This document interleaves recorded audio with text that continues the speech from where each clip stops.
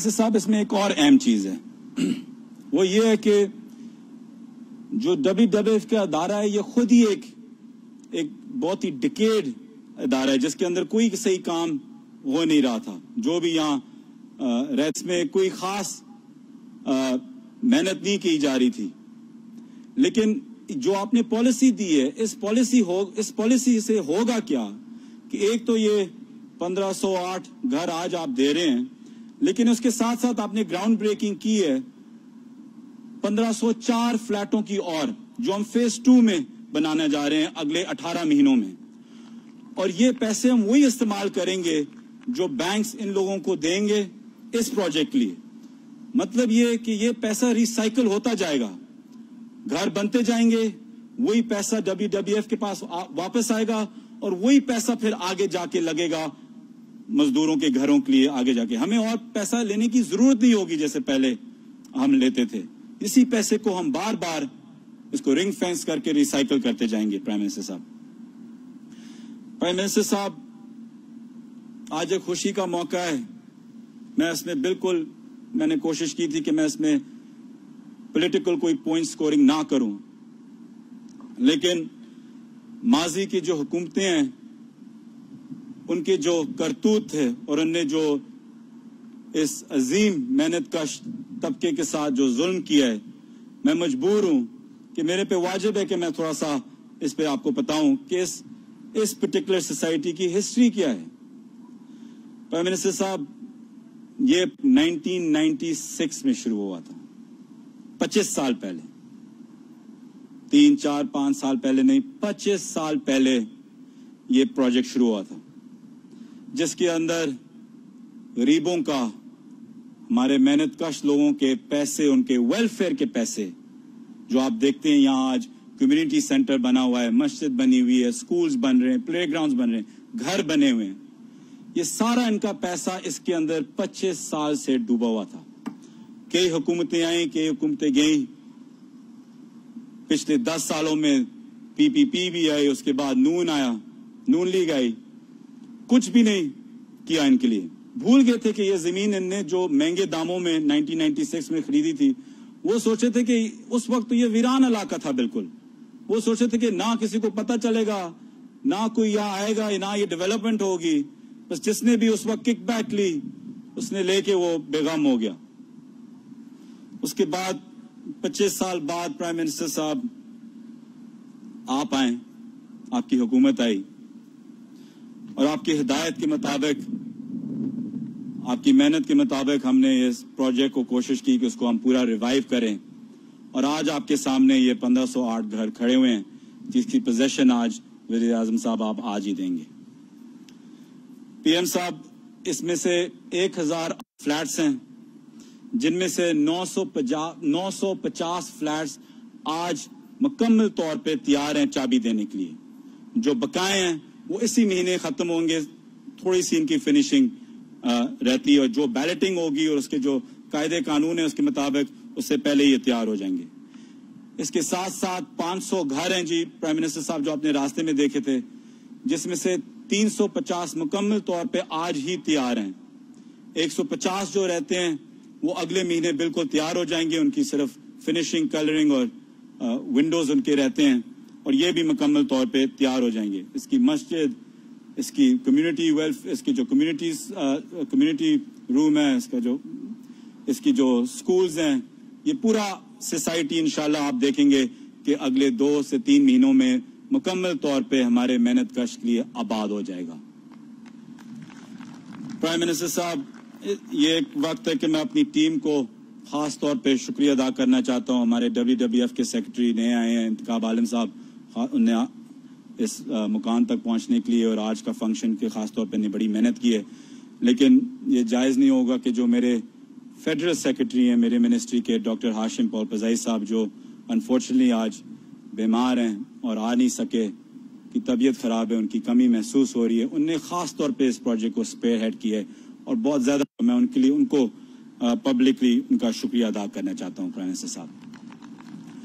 Minister صاحب شوکت یوسفزئی صاحب بھی یہاں بیٹھے ہوئے ہیں KP سے، ان نے یہ اور CM صاحب KP گورنمنٹ بہت محنت کر رہی ہے جی کہ جو وہاں 2000 کے پشاور میں 2500 جو گھر ہیں WWF کے، وہ بھی انشاءاللہ اگلے مہینے آپ کے لیے تیار ہوں گے. آپ کو ہم وہاں دعوت دیتے ہیں کہ آپ آ کے اسی پالیسی کے تحت آپ وہاں بھی بیلٹنگ کریں گے اور لوگوں کو ان کے ملکانہ حقوق وہاں بھی آپ پورا کریں گے اگلے مہینے. تو میں شوکت یوسفزئی صاحب آپ کا بھی شکریہ ادا کرنا چاہتا ہوں. اس کے ساتھ ساتھ پرائم منسٹر صاحب ٹیکسلا میں ایک اور لیبر کالونی جس کے اوپر لیٹیگیشن ہوئی تھی، اس کو ہم نے پرائیویٹ وکیل ہم نے ہائر کر کے وہاں سٹے ہٹایا ہے اور وہ بھی اگلے مہینے تیار ہے آپ کے لیے کہ 504 گھر آپ وہاں بیلٹنگ اسی پالیسی نئی پالیسی کے تحت آپ وہاں بھی بیلٹنگ کرائیں گے اور ان کو انشاءاللہ ان کو بھی اپنے گھر بھی دیں گے اور اس کالونی کو آباد کریں گے. وہ یہ دونوں پروجیکٹس پرائم منسٹر صاحب 10 سے 15 سال پرانے ہیں، کسی نے بھی ان کے نہیں سوچا. بات ہم کرتے ہیں اورنج ٹرینز کی اور انرجی کک بیکس کی، لیکن جو لیبر کا پیسہ پھنسا ہوتا ہے 25 سال سے اس کی کوئی بات نہیں کرتا.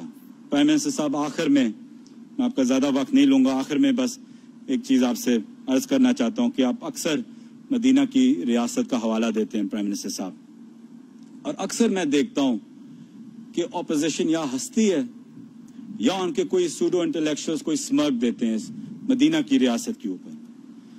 میں حیران ہوتا ہوں کہ جب آپ پناہ گاہ بناتے ہیں اور کھولتے ہیں لنگر کھانے، کوئی بھوکا نہیں سوئے گا پروگرام آپ لانچ کرتے ہیں، اور آج یہ لو کاسٹ ہاؤسنگ کا، تو یہ ہنستے ہیں، ان کو سمجھ نہیں آتی. اور یا تو ان کو سمجھ نہیں آتی کیونکہ مدینہ کی ریاست پہ ان کا کوئی ایمان نہیں ہے، یا اس لیے یہ ہنستے ہیں کیونکہ وہ چاہتے نہیں کہ مدینہ کی ریاست جیسی کوئی نظام پاکستان کے اندر آئے. یہ سمجھتے ہیں جب آپ بات کرتے ہیں مدینہ کی ریاست کی، یہ ایسے لگتا ہے کہ وہ آپ کوئی اور زبان بول رہے ہیں ان کے سامنے، ان کو بالکل فرق نہیں پڑتا. اور پرائم منسٹر صاحب اس میں افسوس بات یہ ہے کہ آپ آئے اس معاشرے میں اور اس عظیم طبقے کے لیے آپ سے زیادہ کسی نے کبھی آواز نہیں اٹھائی. تو اس کے لیے میں وزیر اعظم صاحب خاص طور پہ آپ کا شکریہ ادا کرنا چاہتا ہوں اپنے ڈپارٹمنٹ کا، کیونکہ میرے پاس چاہے ٹورزم ہو چاہے اوورسیز پاکستانی ہو، لیکن خاص طور پہ میرے پاس وہ لیبر ہے جو باہر ہوتا ہے اور جو لیبر کا ویلفیئر جو ادھر ہے، اور جو سفید پوش لوگوں کی جو EUBI کی پینشن ہے.